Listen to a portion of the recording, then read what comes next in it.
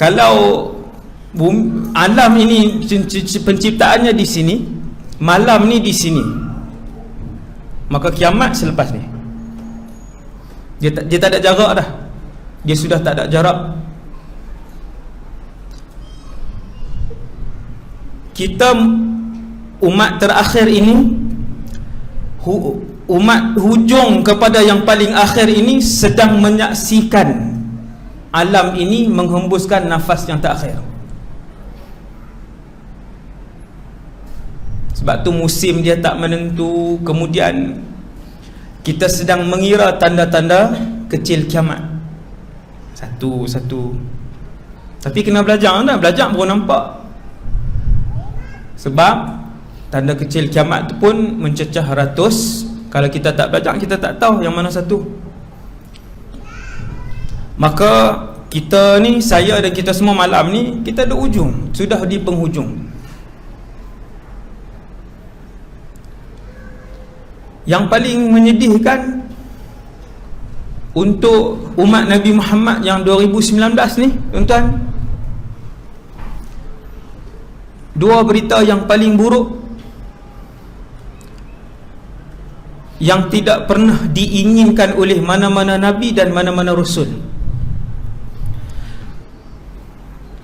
Orang yang selalu dengar ceramah saya, dia tahulah jawapan ni, dua berita ni. Saya tak hurai sebab dua-dua tu tajuk ceramah.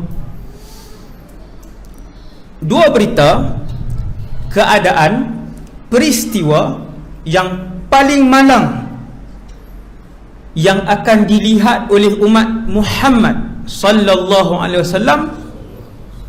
Yang pertamanya kiamat, yang keduanya Dajjal. Kedua-duanya belum berlaku. Tuan-tuan bayang, Dajjal ini daripada zaman Nabi Nuh AS,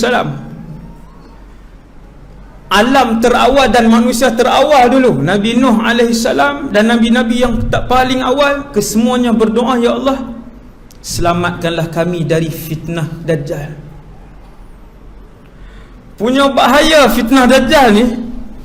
Nabi Saleh, Nabi Nuh berdoa dengan doa ini. Kita relax je. Dajjal, kalau orang Kedah kasut hilang ke keluar masjid, orang kasut hilang kan, DJ mana ambil. Dia sebut DJ pula ambil. Dia tak panggil Dajjal, dia panggil DJ. Tak bagus lah tu, carut dah tu. Boleh panggil lagi, kan kata takut. Hasbunallah wa ni'mal wakil. Dajjal, kiamat. Kedua-duanya belum berlaku. Kita bukan tunggu musibah tu. Sesiapa yang mati sebelum dua musibah besar alam ini muncul, maka bertuahlah mereka itu. Entah, dua musibah ni, mana-mana umat Nabi Muhammad yang meninggal sebelum melihat dua musibah ini, terselamat dan bahagialah mereka. Kerana musibah Dajjal akan merentak keluar iman daripada akarnya, daripada diri orang tu. Dajjal ni bila dia keluar, seluruh kuasa dan sihir dia digunakan untuk menarik keluar iman, bukan separuh, daripada akarnya keluar daripada orang tu. Habis semua sekali, tak berbaki apa. Dajjal. Kiamat pula kata Rasulullah sallallahu alaihi wasallam, kiamat pula sekiranya dia berlaku, yang akan melihat kiamat hanyalah ahli neraka kekal saja. Yang akan melihat kiamat di atas muka bumi ni hanyalah bakal ahli neraka Jahannam yang kekal selama-lamanya sahaja dalam neraka yang akan tengok. Tak faham Ustaz? Maksudnya kafir original. walaupun namanya Ahmad, walaupun namanya Muhammad, walaupun namanya Ibrahim. Berat tu, kan? Menyaksikan kiamat satu benda yang paling besar dan paling buruk dalam diri seseorang.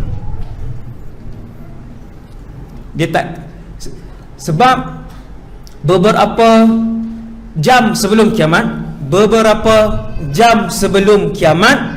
satu hadis sahih Nabi bagi tahu akan keluar angin daripada Yaman. Angin ini keluar melata dan dihembus ke seluruh muka bumi. Apabila angin ini menyapa satu orang yang ada iman, maka orang itu mati. Sebab apa? Sebab angin ini mematikan kesemua mereka yang ada saki-baki iman, walaupun sebesar zarrah dalam diri mereka.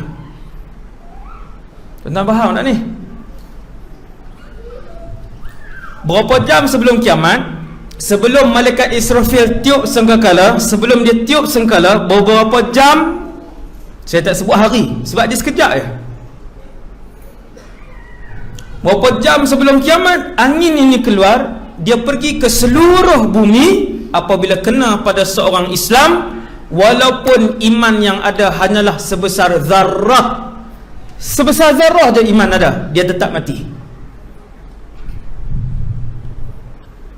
Islam tapi tak pernah menghina Islam, Islam tapi tak pernah syirikkan Allah, Islam tapi dia tak pernah pertikaikan agama yang ada pada dia.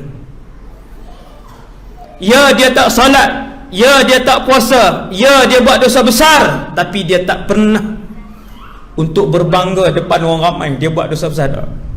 Dia tahu dia salah, dia tahu dia banyak dosa, tapi dia simpan dan dia sembunyi dosa yang dia buat. Dia tahu dia ada Allah, walaupun dia buat banyak dosa besar yang lain, tetapi dia tak pernah mempermainkan Allah dan Rasulnya. Yang ini berbaki iman. Tuan-tuan tahu macam mana? Kata Rasulullah sallallahu alaihi wasallam, yang bila angin tu keluar, dia pergi ke seluruh muka bumi ni, dia kena pada satu orang, dalam diri orang-orang tu hanya ada sezarah iman sahaja, sikit je. Solat tak pernah, puasa tak pernah, apa semua tak pernah, tapi mati dia sebab berbaki iman. Sehingga dia ni bila sebut Allah, dia kata, ya, kami beriman dengan Allah sebab kami pernah mendengar nenek moyang kami menyebut Allah, dan kami pun tak tahu siapa Allah. Ayat dia waktu tu. Dan dia mati apabila datang angin itu, kerana dia beriman dengan Allah dan Rasulnya. Tapi syarat paling utama, tuan-tuan, dia tak syirik dan dia tak mempermain-mainkan Allah dan Rasulullah. Baru kekal iman yang ada dalam hati dia, dalam diri dia.